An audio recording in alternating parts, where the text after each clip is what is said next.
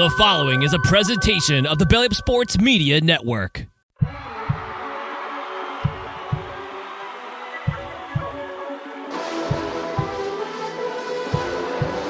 ball sends it over to Edward Robles. Go! InsertName FC!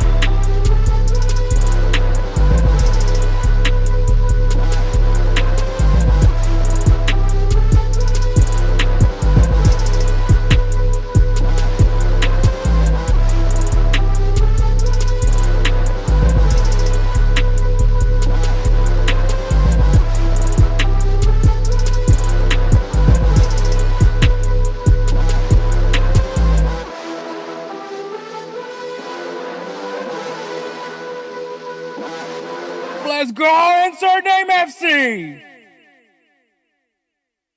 What is up, everybody? My name is Hector Flores, host of the InsertName FC podcast, a member of the BellyUpSports Media Network. It's just me today. Obviously, you guys remember Edward is taking a sabbatical, so it is going to be a while before you see Edward on. I'm gonna try to try to invite people to talk. I'm gonna try to see, because now I just started a new job, and the hours, they're not crazy, but it's I work 9 a.m. to 7 p.m. or roughly around there. It depends on the workload that day, but because of that, my schedule isn't necessarily as open as it used to be in the evenings. So I'm sure we can figure things out. I mean, when me and Kelsey previewed the MLS season, it was actually on a Saturday recorded, and it was actually very convenient for him. So we'll see if we continue. If I can invite Kelsey, may obviously also try to bring Jose on. See if I can bring in like a mixture of different people of sorts to talk footy. So that'll be definitely something that I will be looking into. So we'll see how that goes. But yeah, so this episode is going to look at some headlines, give you guys a recap of the Carabao Cup final, because that did happen actually when I'm recording this, because I'm actually recording this on Sunday. The reason why I'm recording this on Sunday is because I don't know yet. I was informed at my job that Monday we get out pretty late. So I don't know what pretty late means. Cause I don't know. These guys say late, but I left like at 7:30, and they said that's pretty late. So if that's late, then I think I could manage to record on Mondays, but just to be careful, I'm just going to do that, to make things a little bit easier for me by recording on Sundays, but we'll see. Once I understand how the full week schedule looks, because I actually started on Thursday. Once I know what a full week schedule looks like, I'll definitely have a better idea of how I can approach recording these episodes, especially when Edward does come back from his sabbatical, because obviously his only day that he can record is Mondays. But anyways, talk about the Carabao Cup final.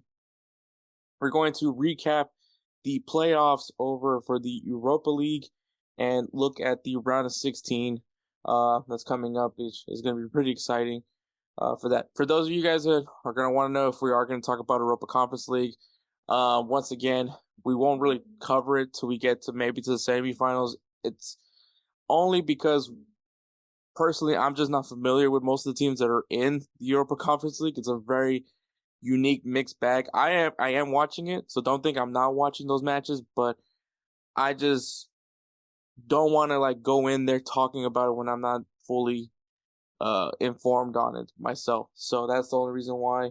So but when we get to the semifinal, we will definitely cover them when we get there. Give you guys our players of the week.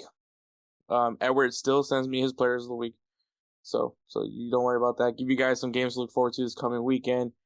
And before when we recorded Edward's previous episode that we was in, which was obviously last episode, he did stay back. We did record one little bit, so we're actually gonna do Am I the Asshole? It's a segment that me and Edward actually have a lot of fun doing. I need to figure out how I'm gonna do this closing segment as well, because I don't want to always do my closing thoughts on every fucking episode, because that's just gonna be annoying. So I don't know. I think I don't know. I might feel like doing something, man. I feel like doing something. It might try to recruit some guys from BellyUpSports to see if they would want to come on to do a closing segment. Whether it's doing a 5-a-side draft, a 3-up, 3-down, or doing a reading of "Am I the Asshole?" Something like that. Maybe try to see if, or maybe come up some new closing topics. But something to like include the Belly Up family, so that way we can also promote BellyUpSports as well. But we'll see. We'll see how that all goes. But all right. Overreactions, headlines, Carabao Cup recap, Europa League. We're gonna talk about Europa League, players of the week, games to watch, and am I the asshole? So pretty good show. I can't wait. Obviously, it's just me, so let's see how this one goes. I'm gonna try to see if I can bring somebody on for next week. So we'll no guarantees there, but we'll definitely see it. But before we get going with this episode, I will say opening day MLS was awesome. It was cool to be back at Shell Energy Stadium. It's a little bit weirder.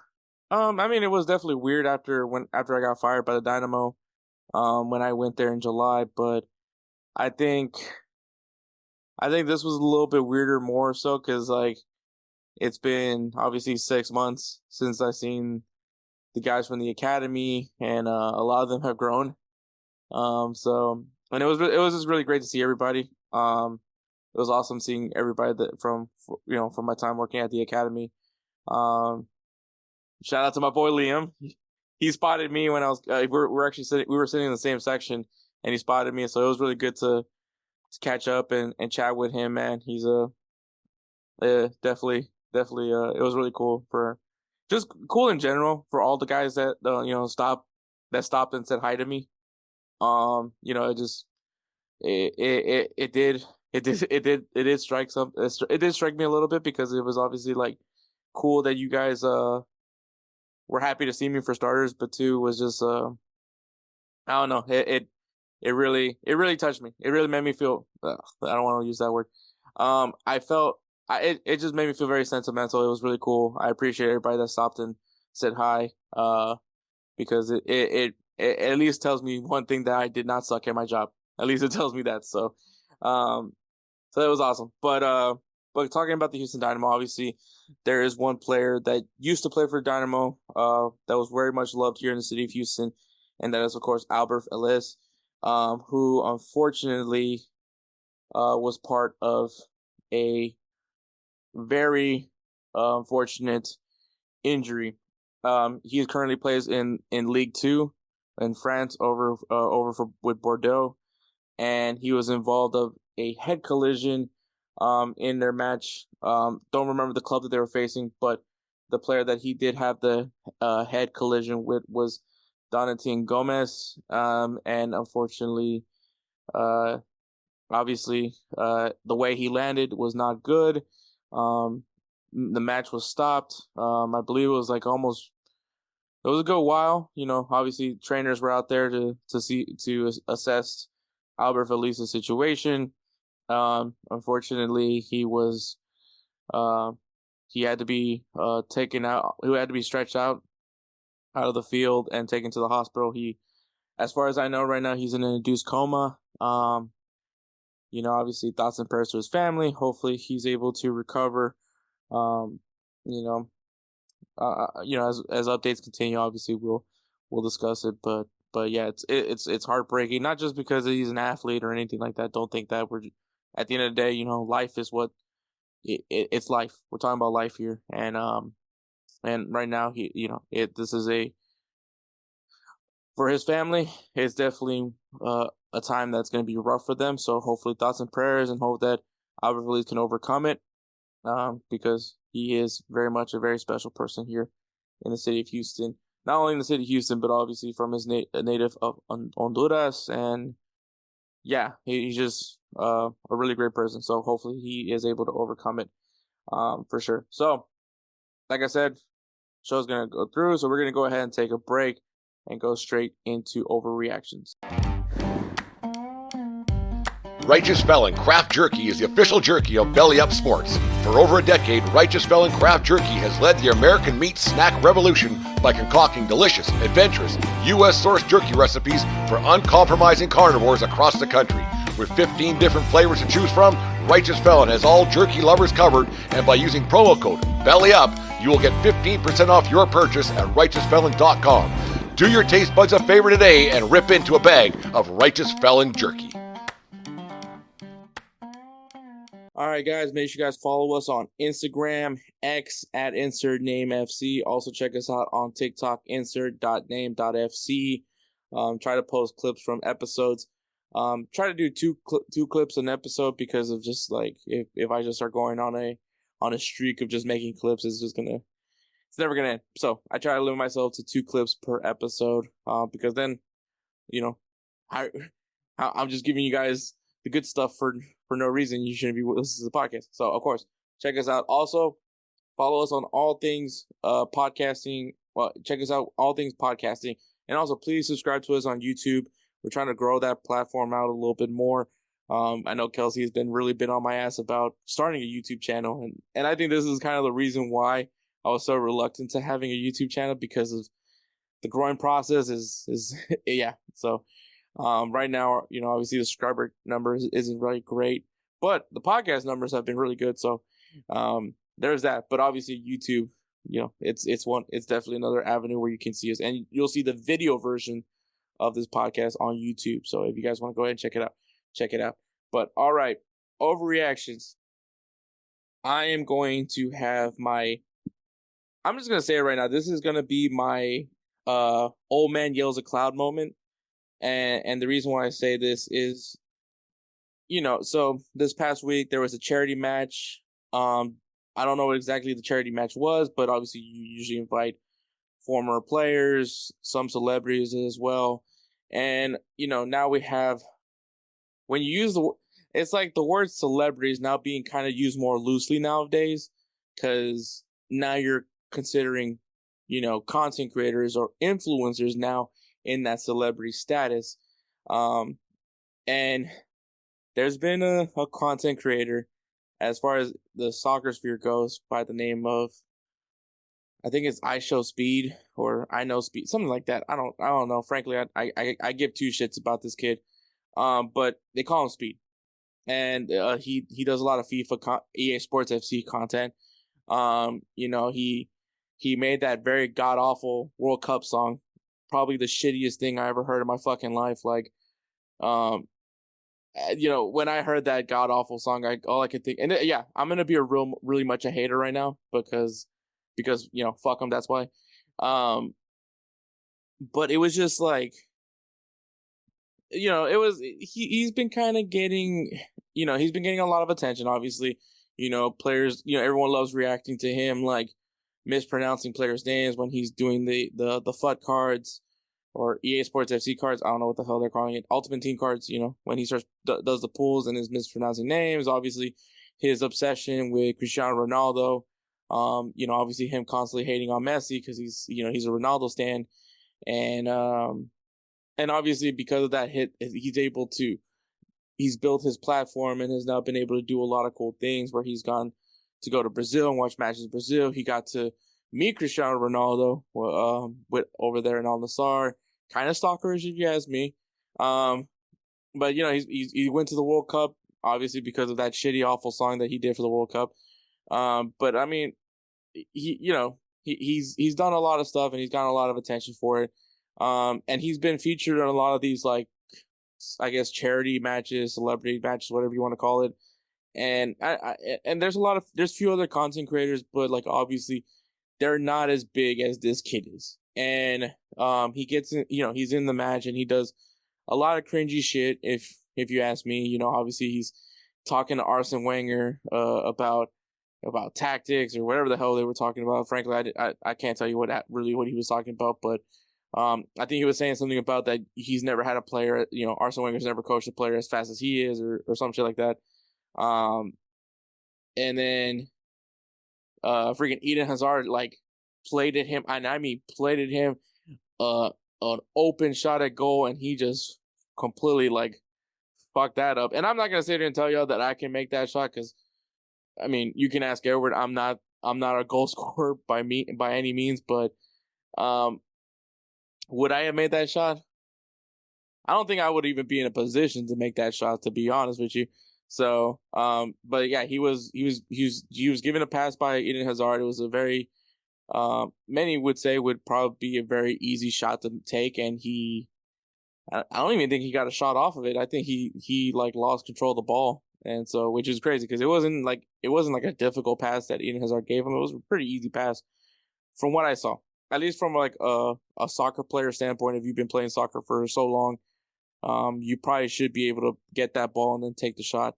But yeah, so there was also that. But the part that probably was the most controversial of all things that he did in that charity match or whatever it was, is he slid tackled on Ricardo Kaká. And it's very egregious. It's very caused a lot of controversy. A lot of people were on his ass about it, and rightfully so. Because one, we're talking about a charity or whatever the game was for, but obviously it's a bunch of former players and content creators and celebrities or whatever the hell it was. But yeah, for him to do a slide tackle, and I mean, it was a very dangerous slide tackle, because it was like, it was from behind. The way it landed on Kaká's leg it was like someone could have really got hurt.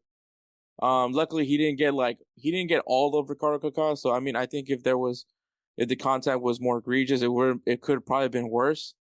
But it's just a who gives a fuck game. Like, this game could have probably been 6-7 for all I care, because of the fact that it's not like supposed to be a serious match. So the fact that people are slide tackling on a match that isn't really serious is like, one, he's probably taking it more seriously than everybody else is. So that tells me a little bit about him. But and I, like I said, I'm not trying to be a hater on Speed. I know that he's worked very hard to get what he's gotten now, all the attention and all the glamour that now he receives. But it's just like doing like things like these charity matches where it's supposed to be like former athletes and a mixture of celebrities. Like, it's like, and I get now that like influencers and content creators are now like a modern day celebrity. Like, celebrity isn't necessarily being a musical artist or being an actor or some sort of, or being an athlete. Like, being a celebrity now can now be an influencer, a Twitch streamer. Like, I get that that's where the world is now, but it's just like, I don't know, man. I think more and more I just need to see less of Speed. I think especially when I'm in like the soccer content game now, where all I see on my X and Instagram, especially from this game now, but like, whenever you're covering soccer or football, depending on what side of the pond you live in, it's like, you just gotta see this kid you're gonna see this kid eventually as you're scrolling through content, as you're trying to find things to talk about. This kid pops up, and yeah, this may be me being a hater. This may be me, old man yells at cloud and all that, but I just need to see less of Speed. The other soccer content creators I really have no issues with. It's just Speed, bro, and I think it's just because like, it's like I know it's a shtick. I know 100% it's a shtick. I know there's no way in hell that this kid is for real. But it's like, the fact that he just pops up everywhere. And then the worst part of it all is that this kid is like somehow the face of soccer content, like, you're gonna see him, people are gonna try to invite him to these events, just like this game, for instance, because of what he's been able to build. So he's become like the face of soccer content. And it's like, and it's mostly because of the fact that this guy can't pronounce countries, can't pronounce players' names. At least that's what my interpretation of him. Obviously I'm not someone that follows him on social media. I don't follow him on anything. I don't watch any of his streams or anything like that. But I've seen clips, right? So it's like, it is what it is. But I mean, like I said, I think for these, like, charity matches, like, let's just stay with former players. Like, when I watch a charity, and I don't even watch charity matches, but like the things that I want to take away from charity matches is either A, this guy can still play, or B, holy shit, what happened to Nasri?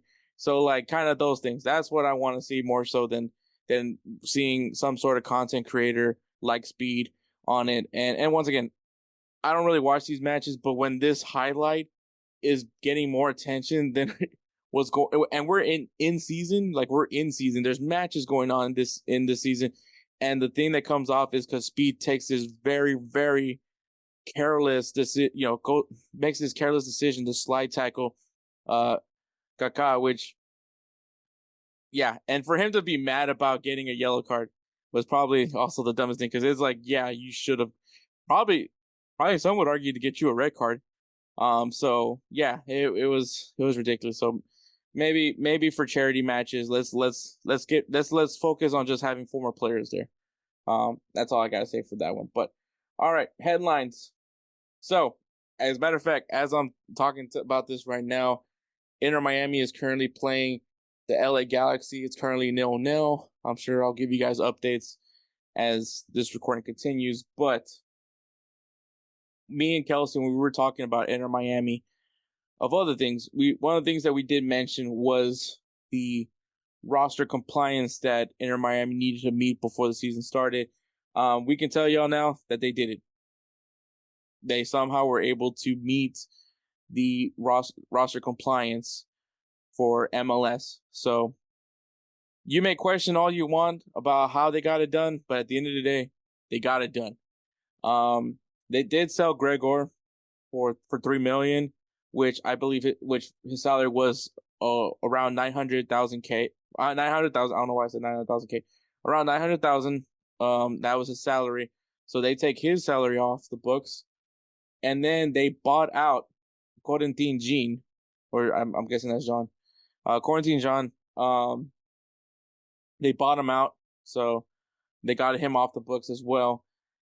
And I guess somehow they were able to free up enough space to go ahead and bring in Federico Redondo, who is a promising Argentine player. There's a lot of excitement around him. I think he's supposed to be like the next in line of Argentinian players, not the next Messi, but the next in line of Argentinian players that could possibly be those players that maybe play 1 year, 2 years in the MLS, and then makes that jump over to Europe and be one of those top players of the world, kind of thing. I think he's also like a youth player for Argentina. So basically, this kid's like next in line to be a next focal point for Argentina. Okay, maybe not focal point, but the next crucial player for Argentina. And so there's a lot of potential there. But everyone's kind of curious because his salary is pretty significant, and how does the freeing of the salary of Gregor and Jean be enough to include Redondo? Well,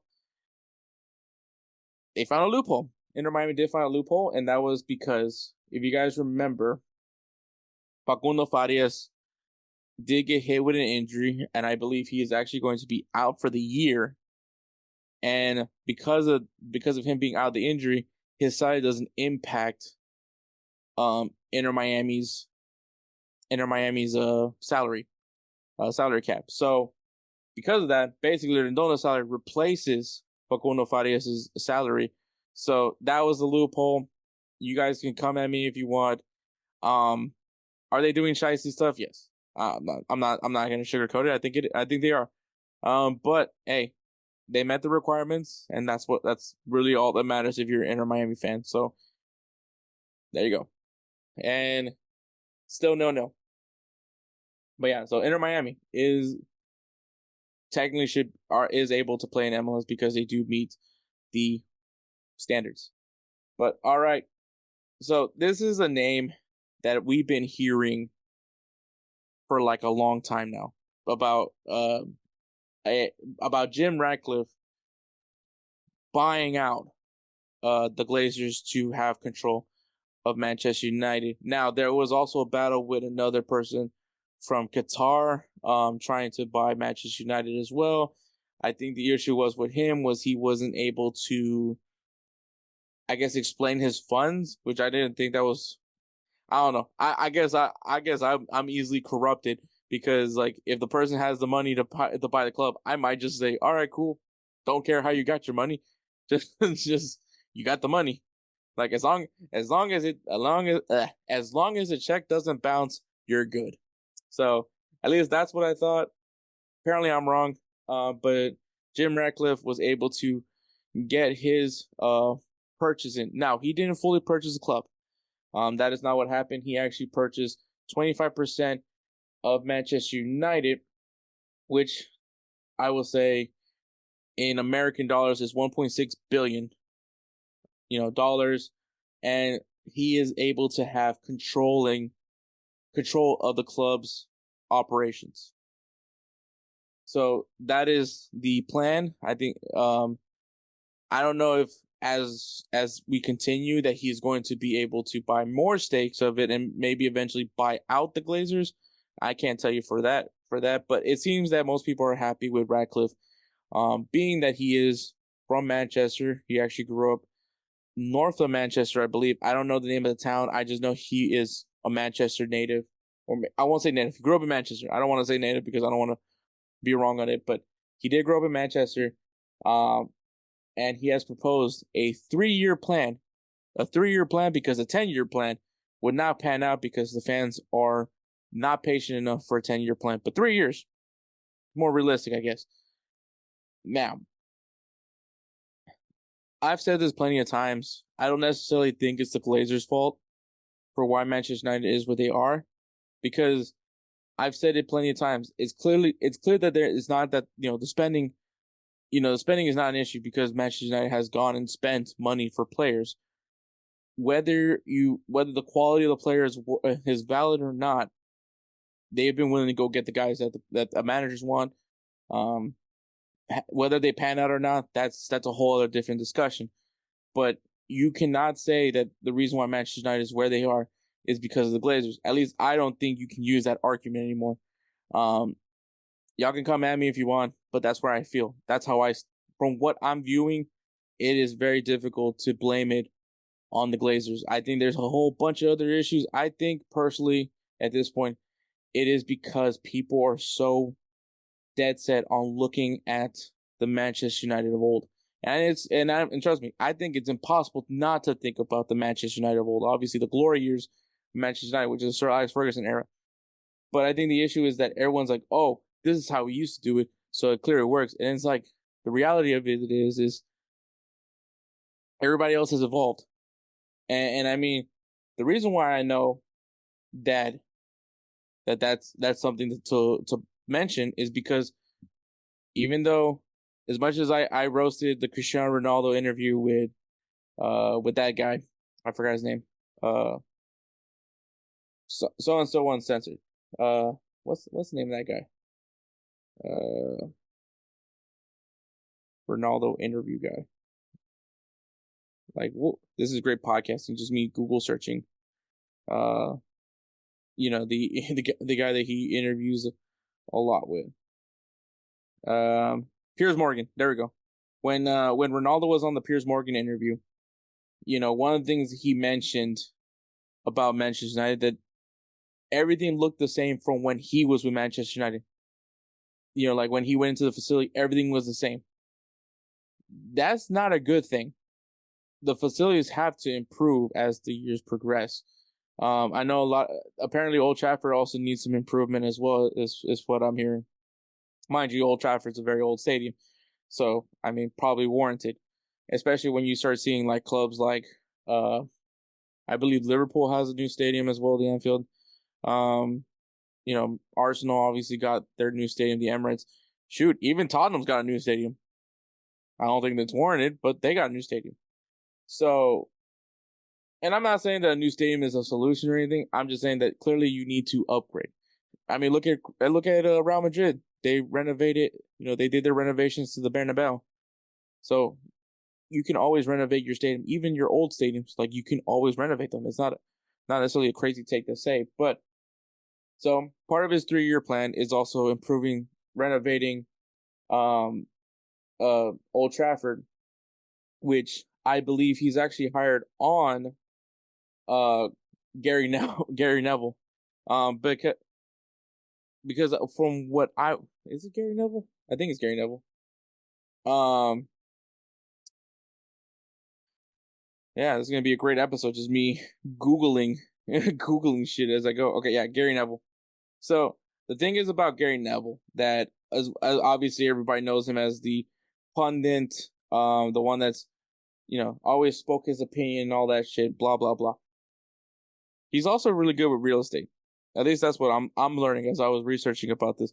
Is that he's been doing some pretty good things with real estate. He has a hotel that's over there in Manchester, and I believe he also owns like an academy over there also in Manchester. So the man knows real estate. So he is joining forces with Gary Neville to help renovate Old Trafford, because the two options are either you build a new stadium, which is obviously what Arsenal's a good example, or Arsenal Tottenham have done, which got rid of the old and came in with a new stadium, or you can do what Real Madrid did and just renovate. And I think it's actually cheap. Obviously, in hindsight, it would be cheaper to renovate the stadium versus, at least I would assume it'd be cheaper to renovate it versus building a new stadium. But then again, building a new stadium, it draws a new allure. But I think the significance of Old Trafford, it would be, I think, especially if your job is to kind of gain the love for Manchester United fans, especially because, like I said, there's a lot of people in Manchester United will always go back to the glory years of Manchester United, which is obviously the Sir Alex Ferguson era, when they were one of the best teams, not only in the Premier League, but you can argue in Europe and maybe even the world. It was one of the biggest, brands in football at one point. But Old Trafford just holds a lot of significance, and I think what I would argue, if you're an American, at least if you want to think of it in that perspective, it's kind of similar to what happened with the Miami Hurricane Stadium with the Orange Bowl. The Orange Bowl was like one of the most iconic stadiums in college football, home of the University of Miami. A lot of national championships were played there. A lot of big moments of University of Miami's time came from there. And obviously it's always going to be a money issue, right? Money is always going to be the thing. So the university, and then obviously also it didn't help that the University of Miami started not being the University of Miami, and so it ended up losing its argument to why keeping the Orange Bowl, which is why they tore the Orange Bowl down and they built the Marlins Stadium. I think that's what happened. And then now they play over where the Miami Dolphins, their stadium, which is Hard Rock Cafe. I think that's still what it's called. But that where they now play where the Miami Dolphins play, and it's not bad, but at the same time, it's just like, it's not a bad idea to play in a professional stadium, but it just sucks when you don't have a large crowd, and because it just looks depressing as hell.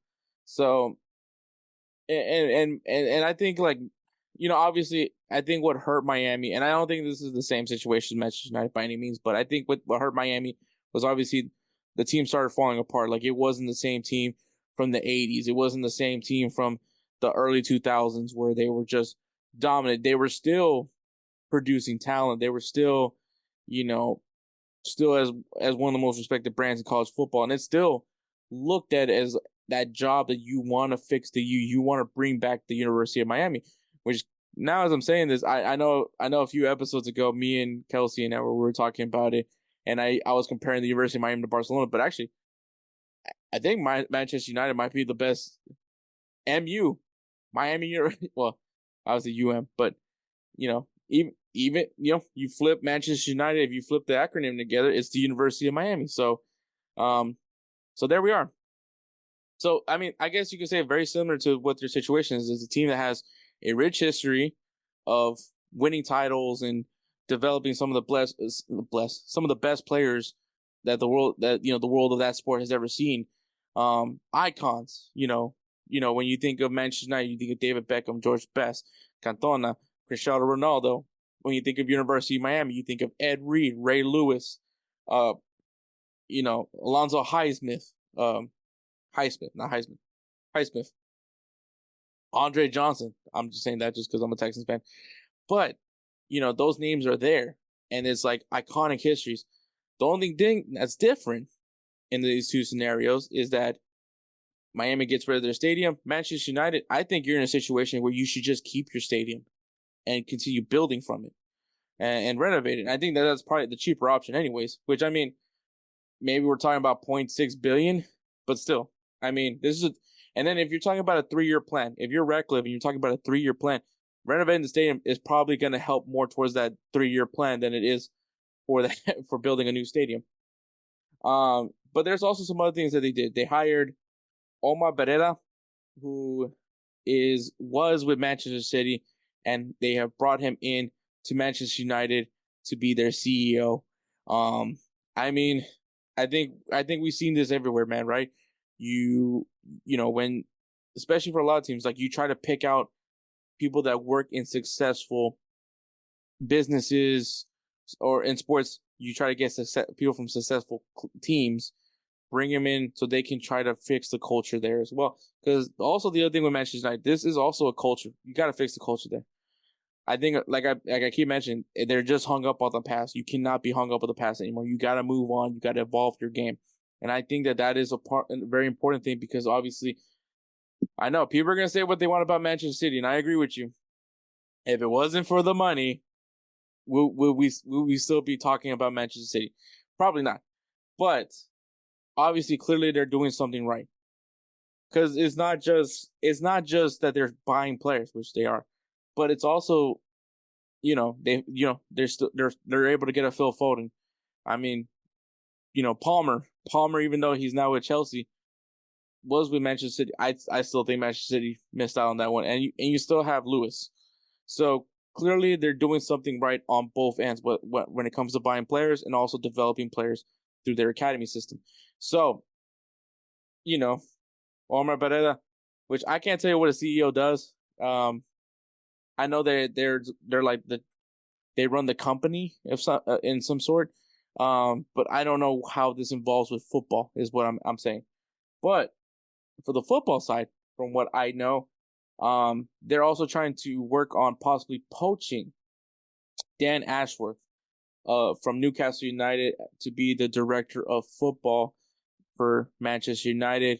There's been some controversy behind that, but I mean, if Ratcliffe can do it, if he's going to try to bring in the best possible team to achieve this 3-year plan, because you need to bring the best minds possible, the best football minds, to make this job done right. And I think if he feels Dan Ashworth is his guy, I can't tell you. I don't know what Newcastle has done besides getting money. But I don't know what Newcastle has done enough to say I want guys from that culture, is what I'm saying. There's also, the question behind Ten Hag. What do you do with Ten Hag? Is he staying with you or is he not? Now, aside from this past weekend where they lost to Fulham, they've had a pretty good stretch of games where they've been performing pretty well. Obviously, the injury of Højlund kind of hurt them a little bit. Not a little bit. I mean, they lost. But, but there's still pressure on Ten Hag, despite of how the recent form has been. The hell are people liking my stories? Okay. I need to not touch my phone. All right. The pressure is on Ten Hag. Is he the guy that fits to your 3-year plan? Is he or is he not? And if he is, then you keep running the course. But if he's not, you got to bring in your manager. And I think Ratcliffe is considering those options, and he's considering his top priority being Julian Nagelsmann, which I have nothing against this move by any means. As a matter of fact, I do think Bayern Munich should have probably kept Nagelsmann. I seriously do not know what was the logic behind sacking him. I don't know if I believe he was sacked. Let me see. Because I believe he was sacked, but I don't know. I know a lot of people, especially when me and Jose, when I dropped the reel or clip or whatever the hell you want to call it of talking about Bayern Munich, when they were struggling, Julian Nagelsmann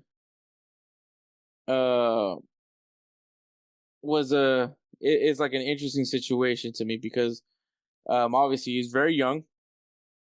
He's like 36 years old.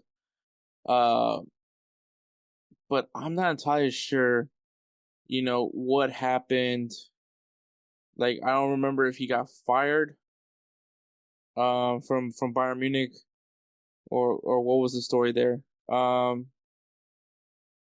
But let me see. Yeah, he did get fired. He did get fired mid-season in his second season. But he got fired and then took over and is now currently the German manager. But I believe his contract runs out after the Euro.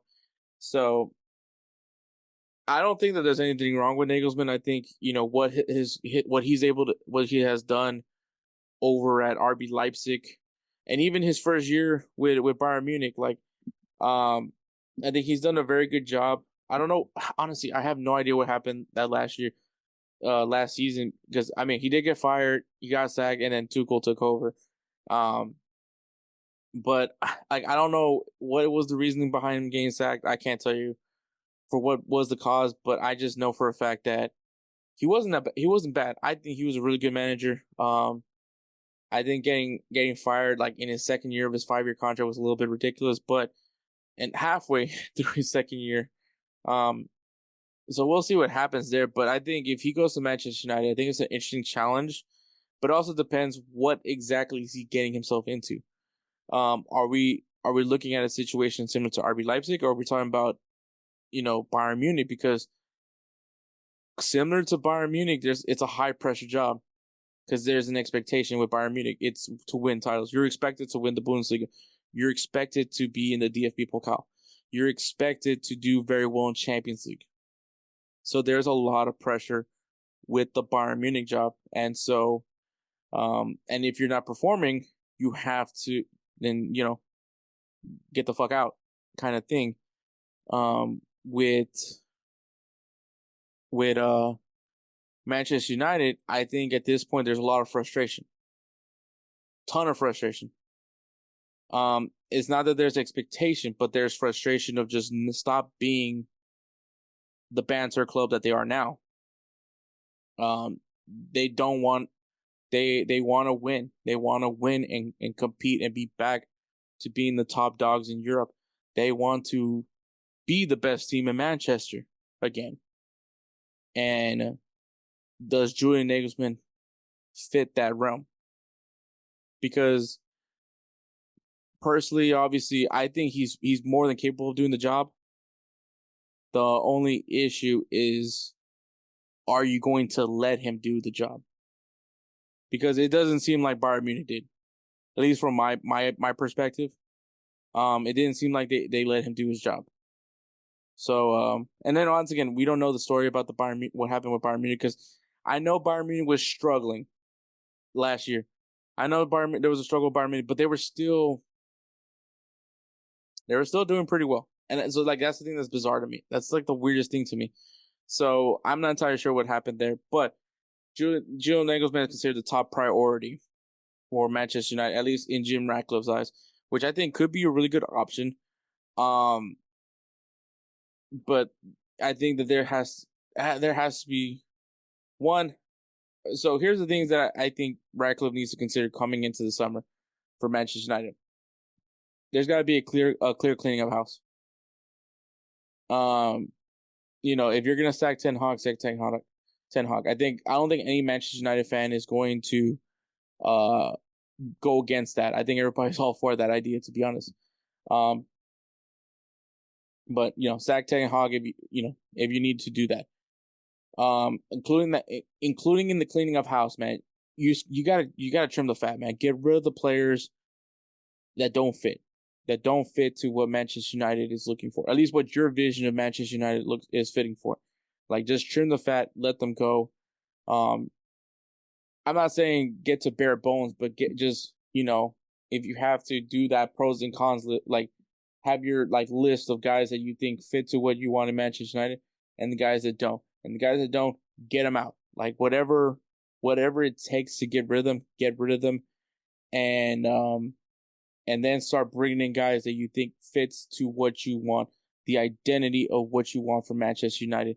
So that's going to be the other important thing. And then number 2 is just get rid of the people that try to think that this is the old way works. Because if they're still stuck in the past, clearly it's not working.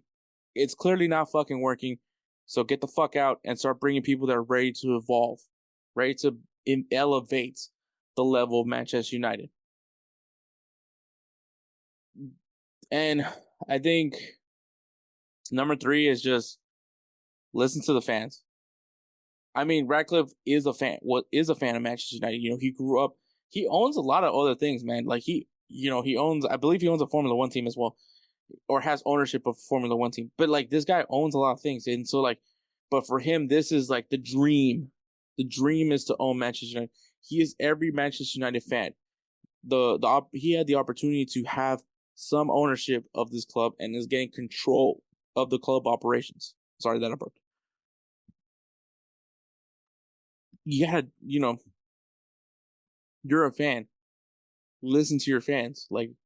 Not listen to them completely, but I mean, what is causing the frustration? Hear them out and see what you can do to fix it. I mean, you're already, obviously the other thing is the stadium. They're trying to fix that up. So listen to your fans, see what they want, because at the end of the day, that's also who matters in this discussion. So lots of things that needs to be done for Manchester United. It's going to be very interesting to see what Ratcliffe does and what throughout the years in this 3-year plan happens, because I'm very much intrigued if there's going to be a buyout. If as he progresses, he increases his stake in the club to the point where the Glazers are officially bought out. Now, as someone who doesn't think that it's on the ownership where Manchester United is where they are, I think there's a lot of factors as to why this club has not been the same club from what I recall. What am I trying to say? Once again, man, I am just moving everything around.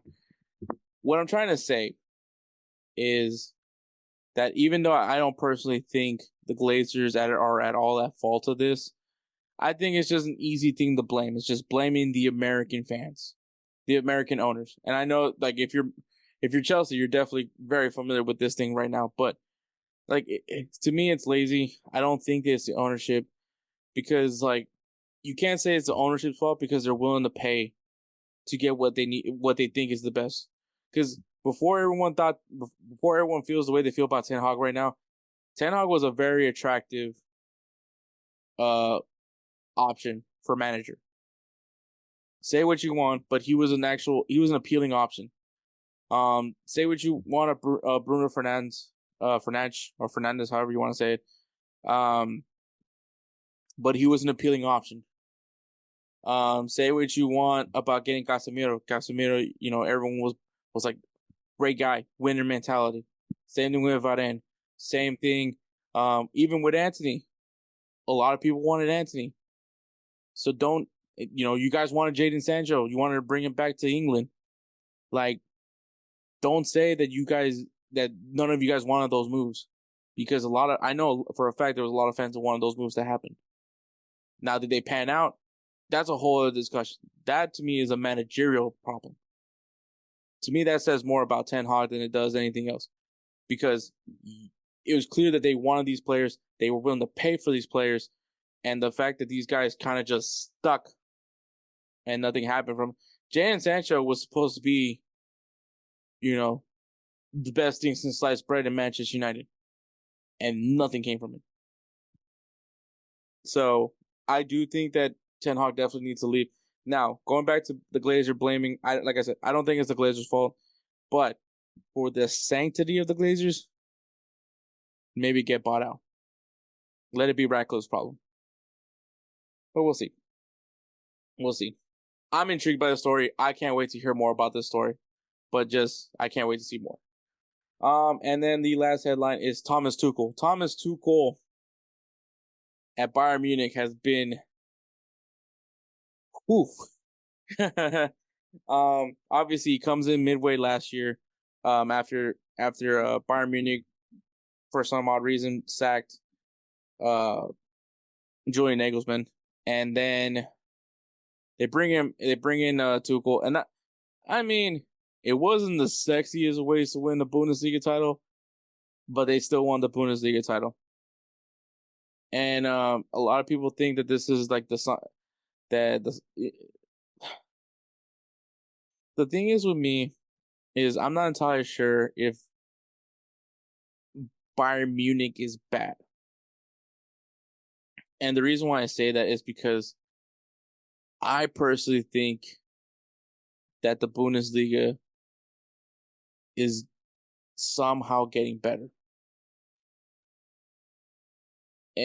But I mean, because like, all right, hear me out.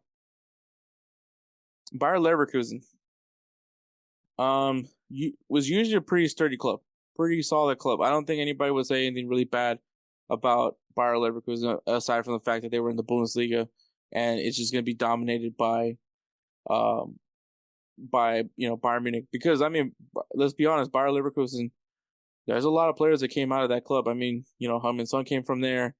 Is it Kai Havertz? Yeah, Kai Havertz. So just know there's been names. There's been names that have come out of Bayer Leverkusen. So I feel like they've been a really sturdy club. Obviously, now you brought in Xabi Alonso, and he changes the mentality of the club. Like now it's the way that Bayer Leverkusen has been playing has just been amazing football. I've been definitely enjoying every match of Leverkusen. And even then, like, Borussia Dortmund, I think kind of not from what we usually expect, but still there. RB Leipzig, I think, not as strong as they were before, but still a pretty valid team. Still a team that does develop players pretty well. Same thing with Borussia Dortmund. I think now we're seeing more teams not doing what they usually do and letting Bayern Munich just buy their best players. Not just get their best managers.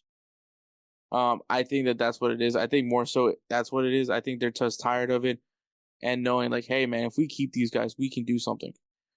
And I also think Bayern Munich may be a little bit dated now, at least in my opinion. Now, Tuchel, as much as I rate him very highly, I just don't think he was a fit for Bayern Munich. I think his tactics maybe doesn't fit to what Bayern Munich usually does. Because, I mean, he's caused a lot of friction, which is also something that I know for a fact Tuchel does. And a lot of the reasons is because, from what I've been seeing, is that he's been failing to connect with players. As a matter of fact, the locker room has very much so been split in half, about how they feel about Tuchel. And the side that doesn't favor Tuchel is Thomas Müller and Joshua Kimmich, just to name two guys from that side, who have been really not getting much play time, which is crazy to think because Thomas Müller has been, to me, one of the most focal points for Bayern Munich's success. Like when he's able to dish out the ball very well, Bayern Munich is usually a really scary team up front. He hasn't really been playing much, so he's been frustrated. Joshua Kimmich, everyone thought that this kid was going to be the next big name for Bayern Munich. Started out as a right back, now he plays CDM.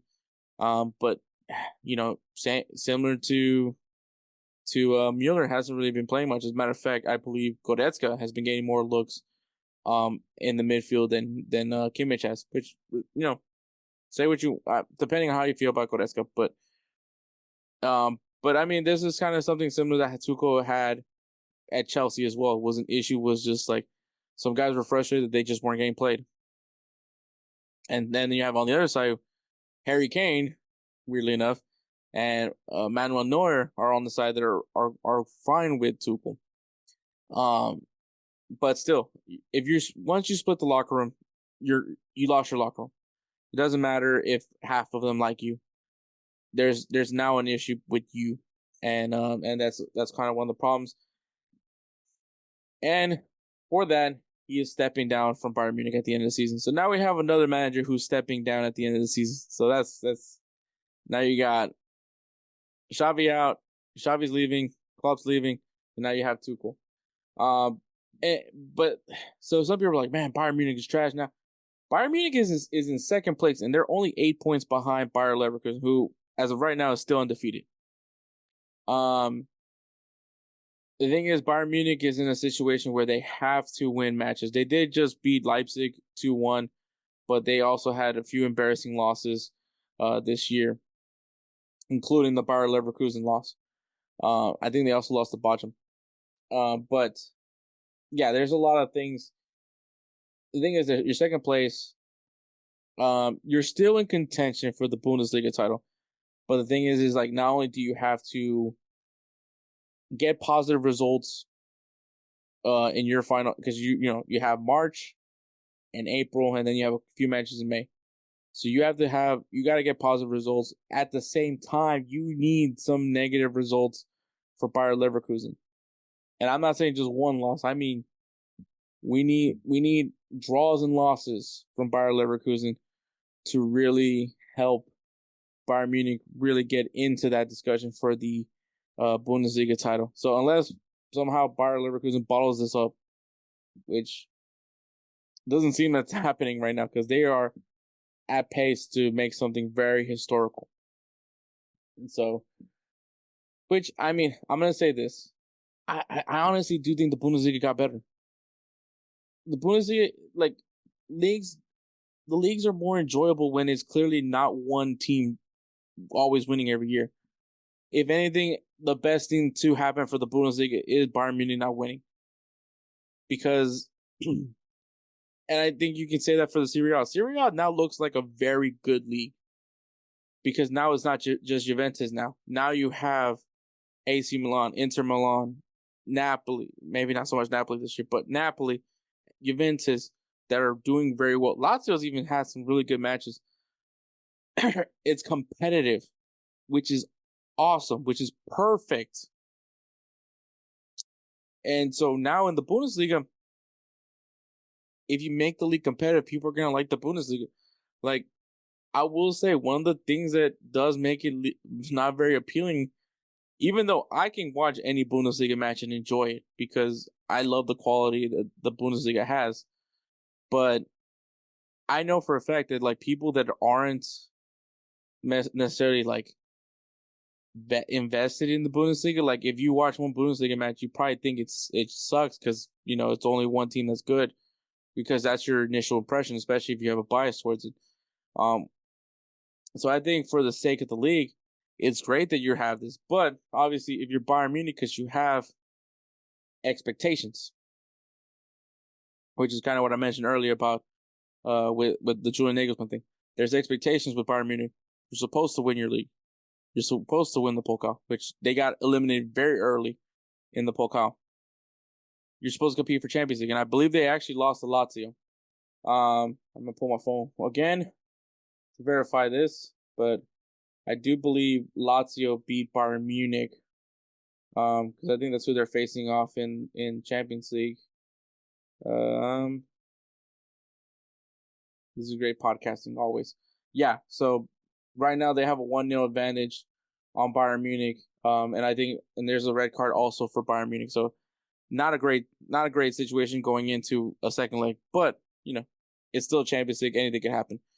But my point being is with Bayern Munich, there's expectations. You have to perform. you have to compete. You are the best team in Germany. You're supposed to get the best players of Germany. You're supposed to be able to, compete year in, year out. Like, when you think of Bayern Munich, you think of success. And this year, I think we saw the signs last season, and I think now we're kind of seeing that this team is not going to be the same Bayern Munich for multiple years. Like that streak of winning, back to back Bundesliga titles. I don't think it's going to be that same team. Which, if you're an outsider, is a great thing, because now this league becomes open. Now this league becomes enjoyable to watch. Now it's worth covering, and not just me laughing at Edward every time that he thinks Borussia Dortmund can really has a shot at winning the title, because now it is possible. We need this for the league to be marketable. But if you're Bayern Munich, it makes you not marketable. But I would say, though, a positive for Bayern Munich: if the league gets better, you get better, because now you have to compete, which makes you sharper also in Champions League. So I think if all this comes in to be very positive.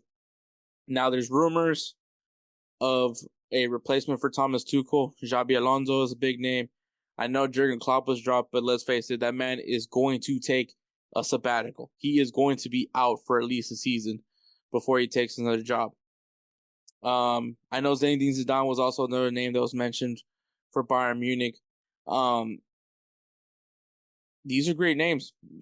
I mean, honestly, if I'm Bayern Munich, I might try to bring back Hansi Flick.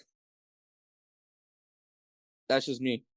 But Bayern Munich is in a situation where I don't think it's a bad one. I don't think it's rough, because they still have the resources that they have.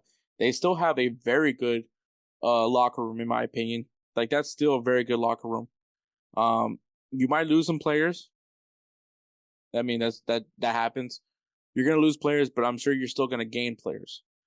So I think it's not far from over for Bayern Munich, but I do think that the competition has been elevated in the Bundesliga, and that is a very good thing. Now for Thomas Tuchel, who knows what's gonna happen with him? But the rumors are that he's actually interested in the Manchester United job. I don't think he's getting the Manchester United job. But he is very much interested in a Premier League move. So who knows what that could be? But once again, I still rate Thomas Tuchel. I think he's still a very good manager. So we'll see what happens with him. There's a lot of managers that I think are very interesting to see where they're gonna land, come next season. So I'm very interested in seeing that. But those are the headlines, man. We're going to take a break, and then we'll get going with the recap of the Carabao Cup. Hey guys, this is Hector from the InsertName FC podcast, here to tell you guys about Canada Dips. It is a great tasting, superior alternative to traditional dip, using CBD in a way that is radical, enjoyable, and effective. It comes in 5 core flavors: wintergreen, mint, citrus, mango, and American spice. Canada Dip CBD is the new evolution in dip, allowing guys to enjoy great, long-lasting taste without the downsides. If you guys want to go ahead and try them out, use the code BellyUp20 at CanadaDipCBD.com. Once again, BellyUp20 at CanadaDipCBD.com, and you'll get yourself 20% off your purchase. Thank you again for Canada Dips for being a great partner of BellyUpSports. All right, guys, we're back.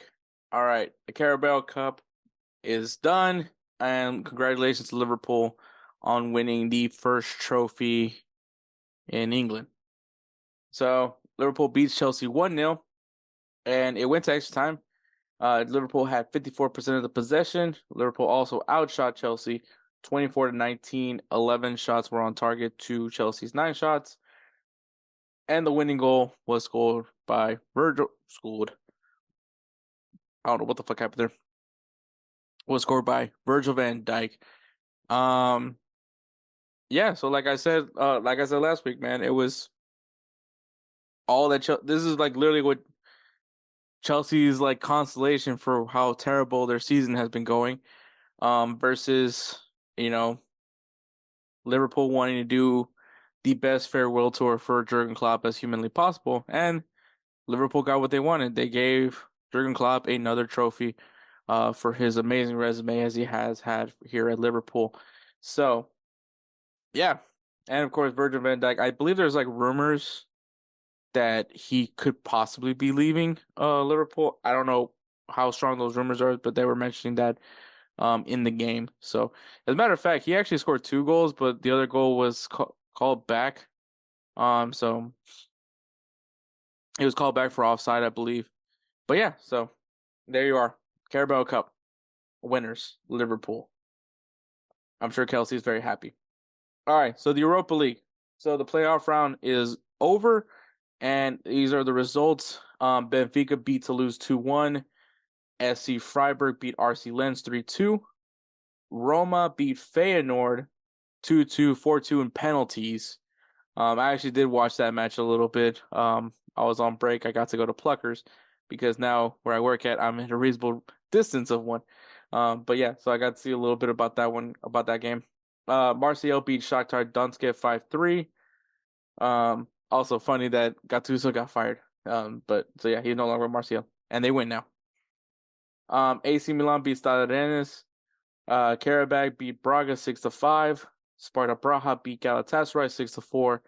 And Sporting Lisbon beat Young Boys 4-2. So the matchups for the round of 16 matchup we played on March 7th and March 14th.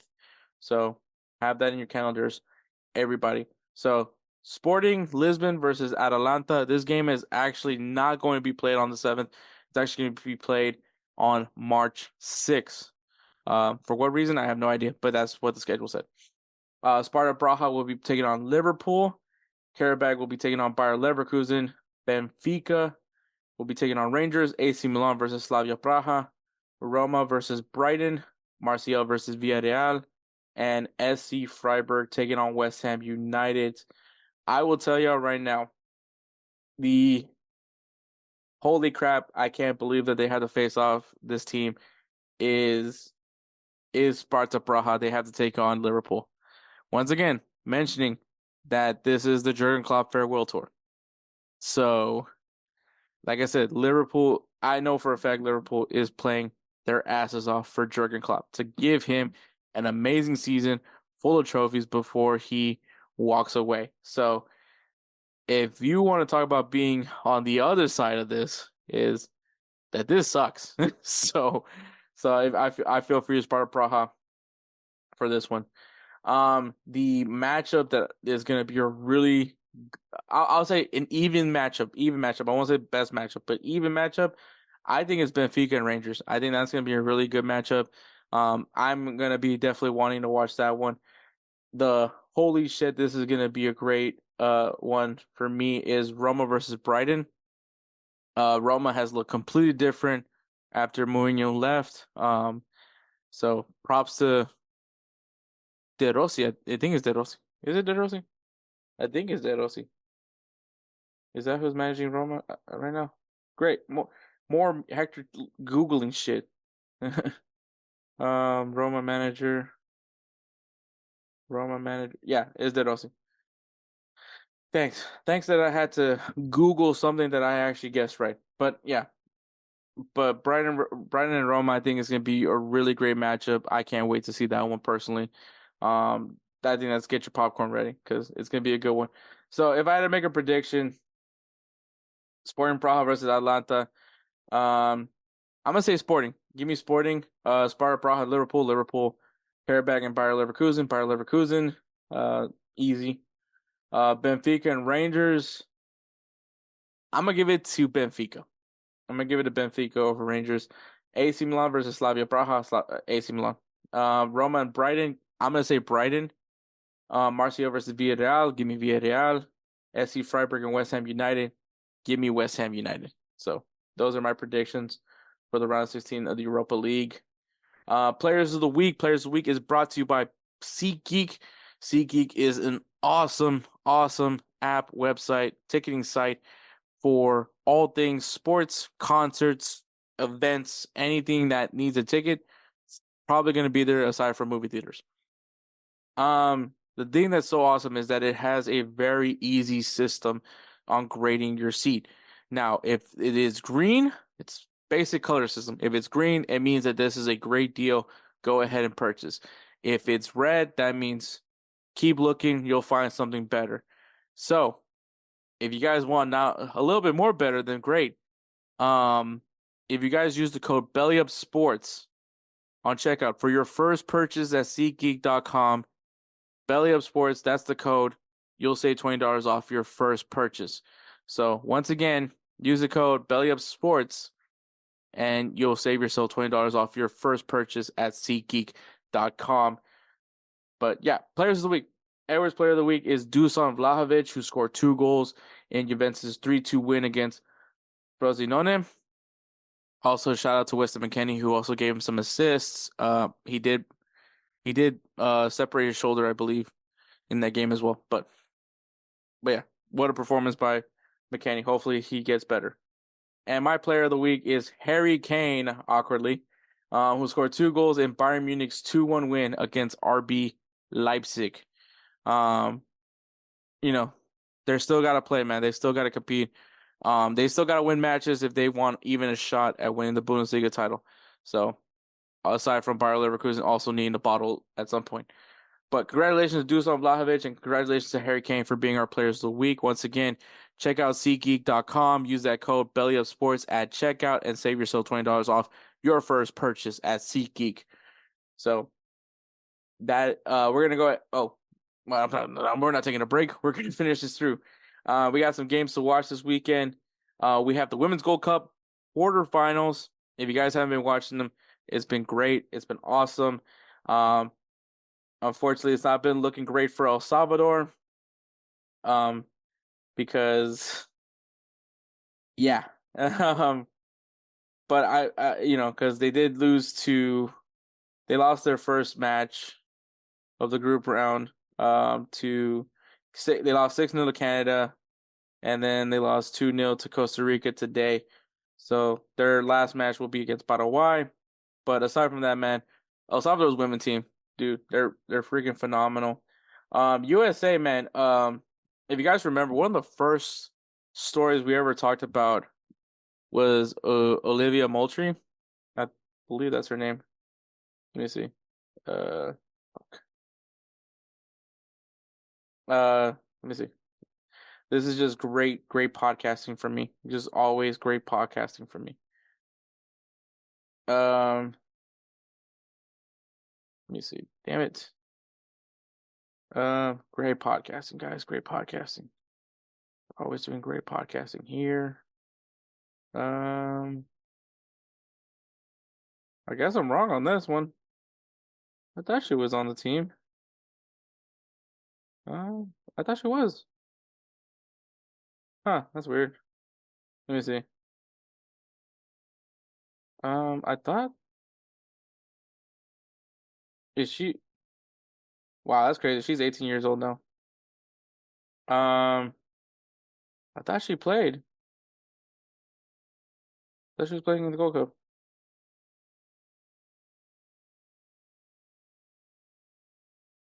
Yeah, she played. Yeah, I was wondering about. Okay, this is weird. Okay, what game did she play in? Oh, she played against Dominican Republic. Oh, okay.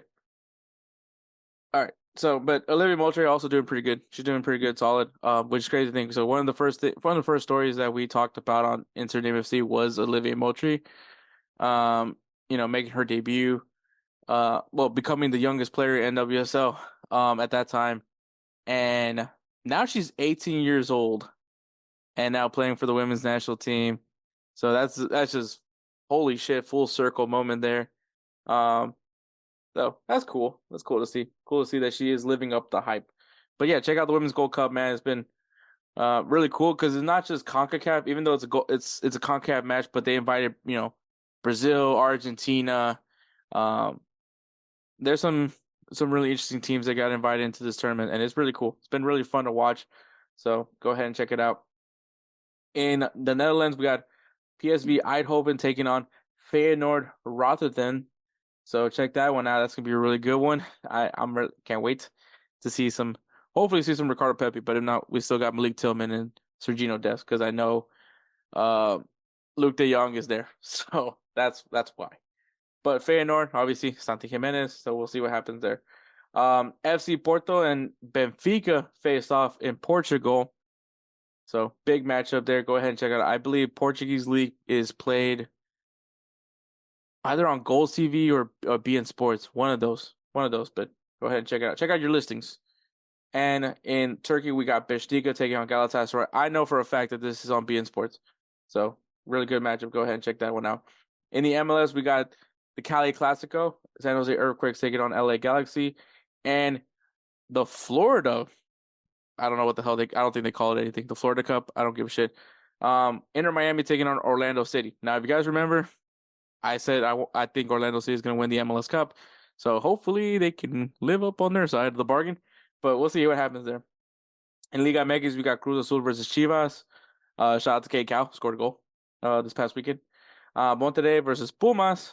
That's going to be some really good, juicy matchups in Liga MX. We got Monaco versus PSG. Stade Reims versus Lille. In the Bundesliga, we got Freiburg versus Bayern Munich. And Cologne taking on Bayer Leverkusen because they're still undefeated. So we'll see if that streak continues. If that do we don this team the Invincibles of the Bundesliga? Can't wait to see what happens there. In the Serie A, we got Lazio versus AC Milan and Napoli versus Juventus. Juicy matchups in the Serie A. La Liga, we got Valencia versus Real Madrid and Athletic Club Bilbao versus Barcelona. And in the English Premier League, we got Fulham versus Brighton. And a singing bet is on as we have Manchester City taking on Manchester United. The Manchester Derby. Is Manchester going to be blue or is it going to be red?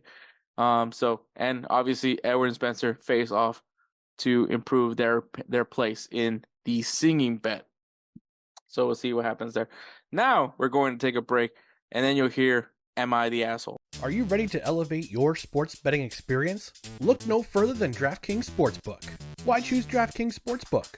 Unmatched variety. Bet on your favorite sports leagues or discover new ones to follow. Live betting. Test your instincts and feel the adrenaline as you bet in real time while the game unfolds. Promotions and boosted odds. DraftKings keeps the excitement going with a range of promotions, odds boosts, and special offers. And a user-friendly interface. Whether you're a seasoned bettor or new to the game, DraftKings' intuitive platform makes placing bets a breeze. Ready to dive in?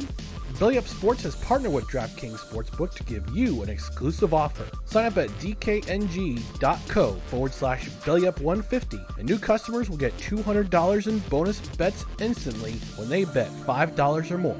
Don't miss out on this opportunity to take your love for sports to the next level. Sign up today and let the games begin. Please gamble responsibly. 21 years or older. Eligibility restrictions apply. See website for details. Hey guys, remember when I told you I would take a sabbatical? Well, he popped up real quick just to do this real quick closing segment for us. Edward loves the I am the asshole segment. Just because we always have like random things. So we have random things to say, we have random things to talk about, and most of the time I'll give it like a whole 360 point of view of aspects. So then at that point, maybe I make a point, maybe I make people mad. Who knows? But like I said, like the topic of the thing is, am I the asshole? But yeah, so here is the topic. Am I the asshole for not finishing One Piece? Oh, well, okay. To be fair, I still haven't really been up to One Piece. Like, I'm still okay. I mean, so who really has finished One Piece? Well, you technically not really because it's still going on. Yeah. But my thing is, I'm still watching it when I can. It's just really hard to keep up with it. I think I'm at the point where Luffy's fighting Kaido, and if anything, I think he's at a break. I think Zoro and Captain Kidd are still fighting Kaido so that Luffy can rest for a little bit so he can get his batteries recharged. And that's actually pretty far, but I think my friends have already told me that they're already past that. And I'm just like, what? And I was like, but the thing is, and here's the thing, people don't hate me. I watch sub, but when I'm at work, I'll play it in dub so I can understand what's going on if I walk away.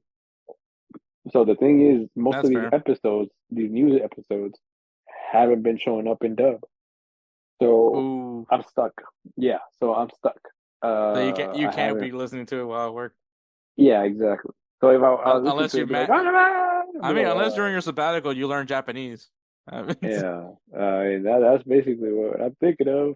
But so All right. I Well, don't think it's gonna be that. let's hear this story before we start jumping to conclusions here.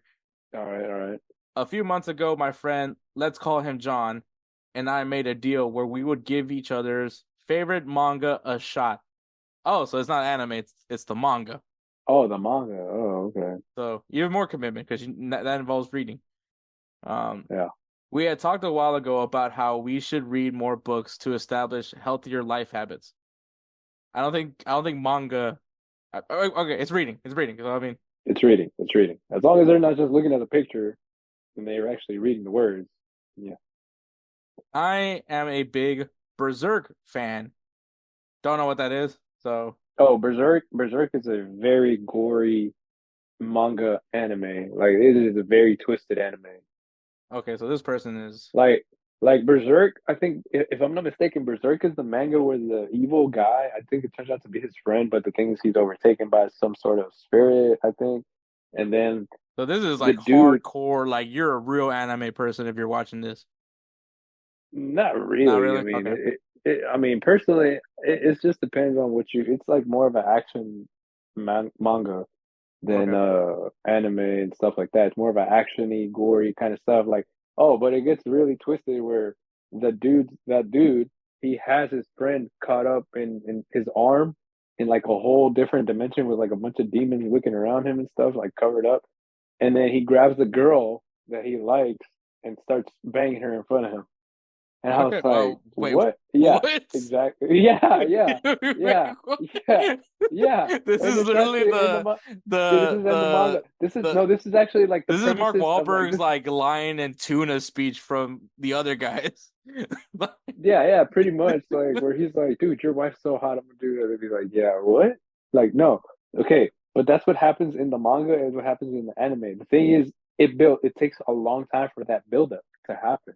And if I'm wrong, I'm sorry, but this is actually the part of the manga that I read because it was on my Instagram feed where they're like, who could be this twisted? And then they go ahead and play it on a reel and they put it on there.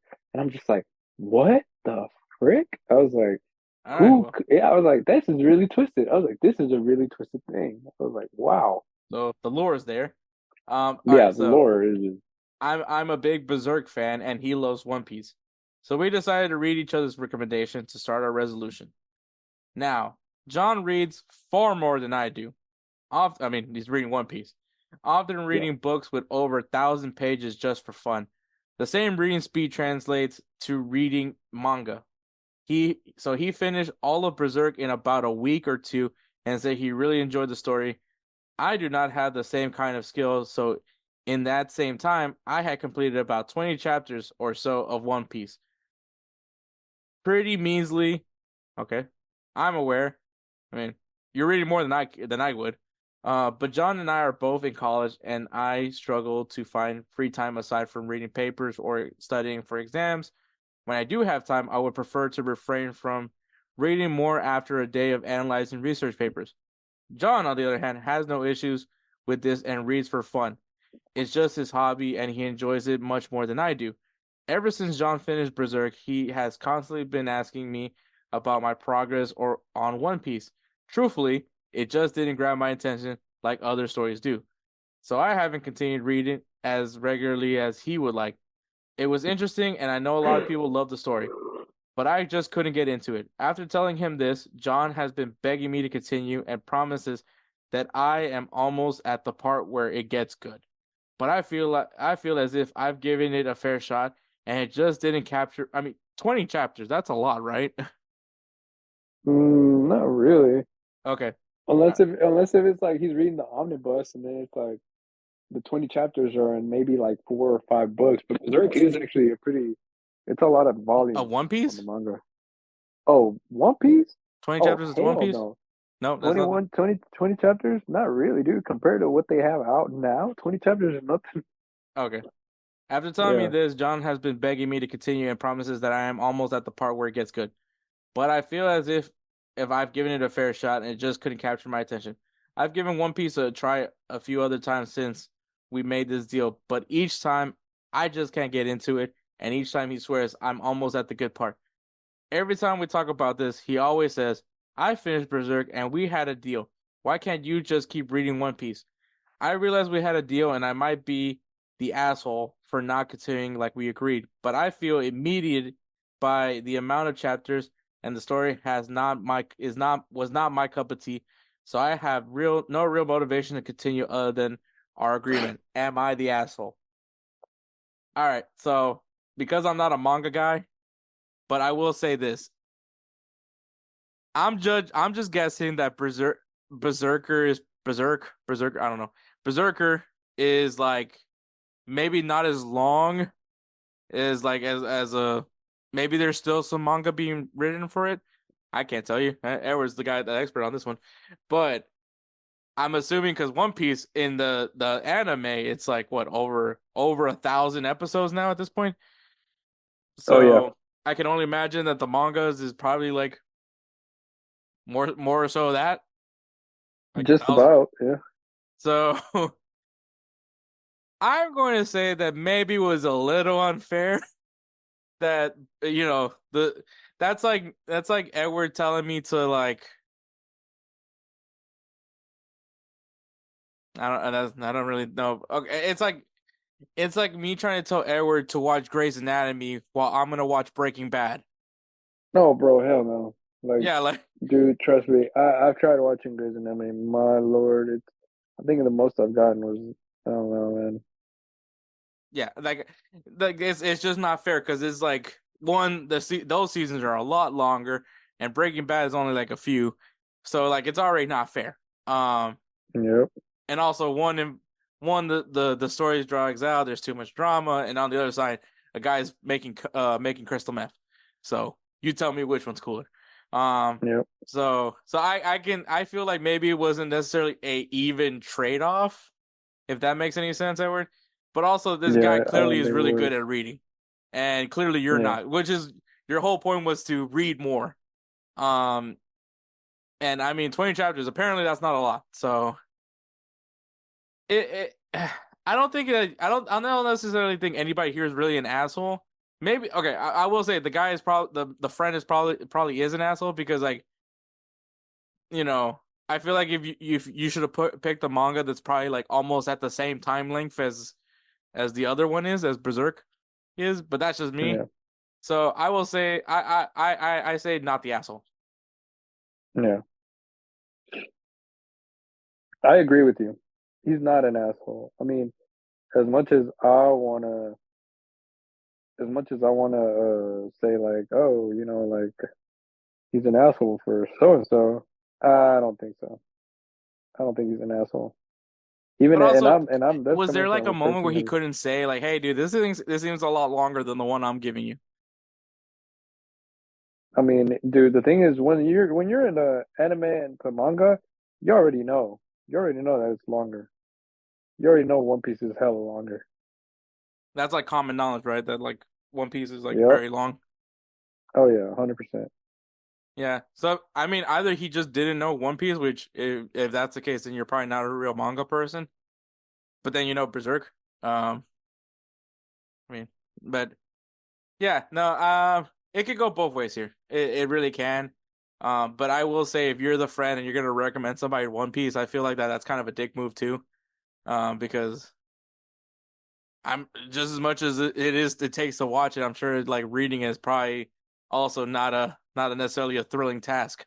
Yeah. So which I'm sure I know a lot of people that love One Piece. I know that everyone says it's a very enjoyable anime. I don't know many people that read the manga, but uh I mean if you guys want to like prove Edward used to get a subscription to Shonen Jump, Yeah. which used to be like just this big book of just all these mangas.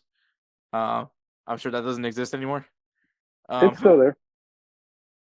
No, I'm sure you still have those books, but I'm just saying, like, I don't Oh think they. no. I'm saying they exist. I don't have the books anymore.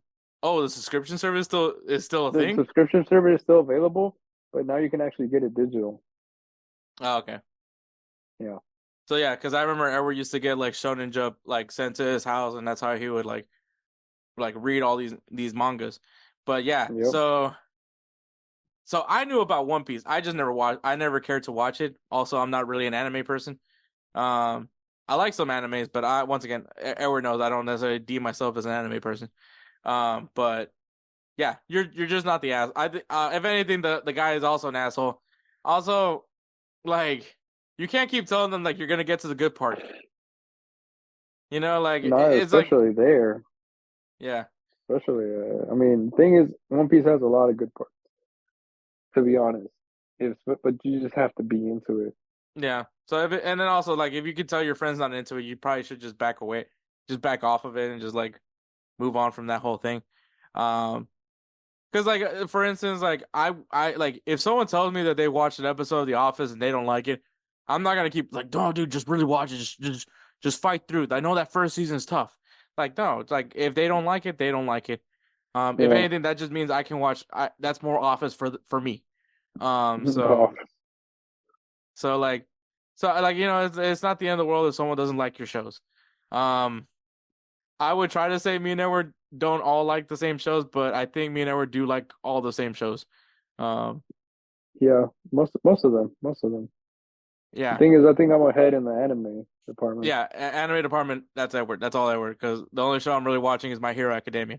But I mean, there's certain maybe I don't think Edward's necessarily like a big Sopranos fan like I am. That's probably just because I have access to the Sopranos. Um, I just don't think Edward ever had access to the Sopranos, so I don't think he actually ever was a fan of the Sopranos. Yeah, I Um, never really so like things watched like them. that. But like Brooklyn Nine-Nine, me and Edward like freaking send each other reels of Brooklyn Nine-Nine. So Oh yeah, so yeah. So once again, you're not everybody's gonna like everything, but also kind of a dick move that you recommended uh bro. One Piece, I'm assuming is almost as big as the Bible when it comes to pages. So or at least chapters.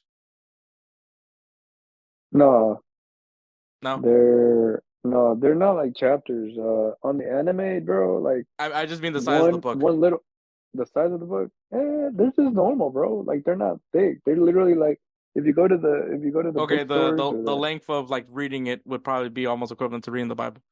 Oh, it's not. Like it's no, it's not. Like one volume is not. Like one volume is literally maybe 3 chapters, 4 chapters, depending how big the chapters are. Okay, well now I'm learning stuff. Yeah, yeah. But all right, Edward, thank you for coming back on to do this "Am I the Asshole" segment. Just obviously enjoy your sabbatical.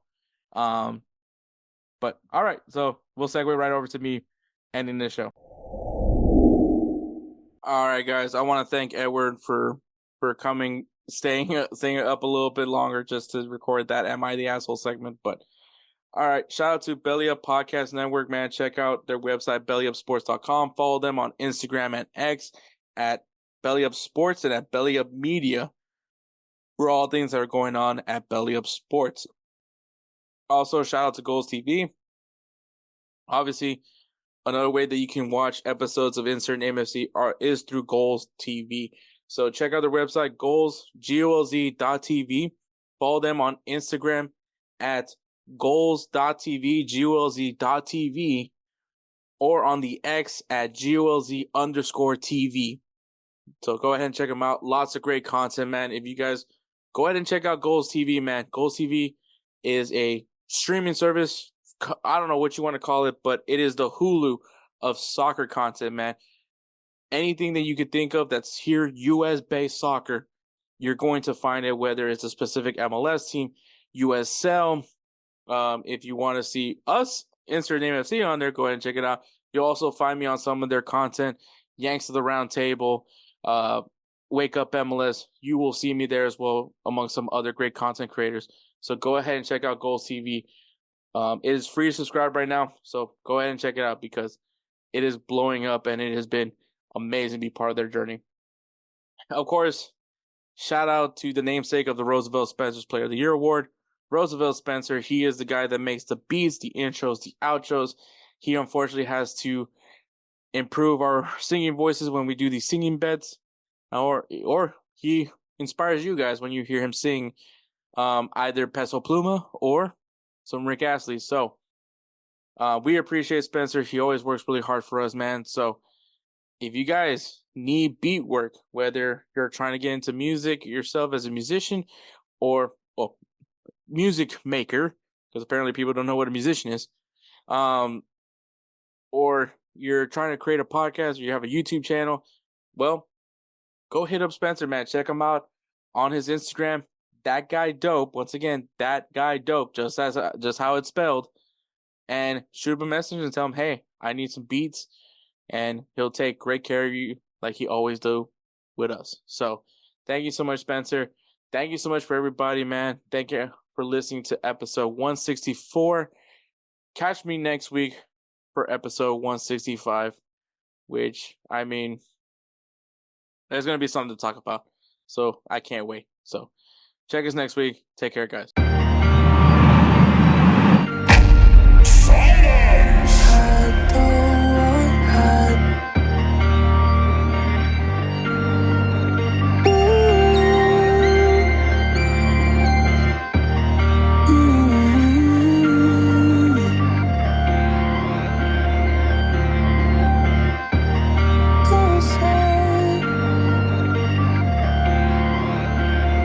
Who is that guy?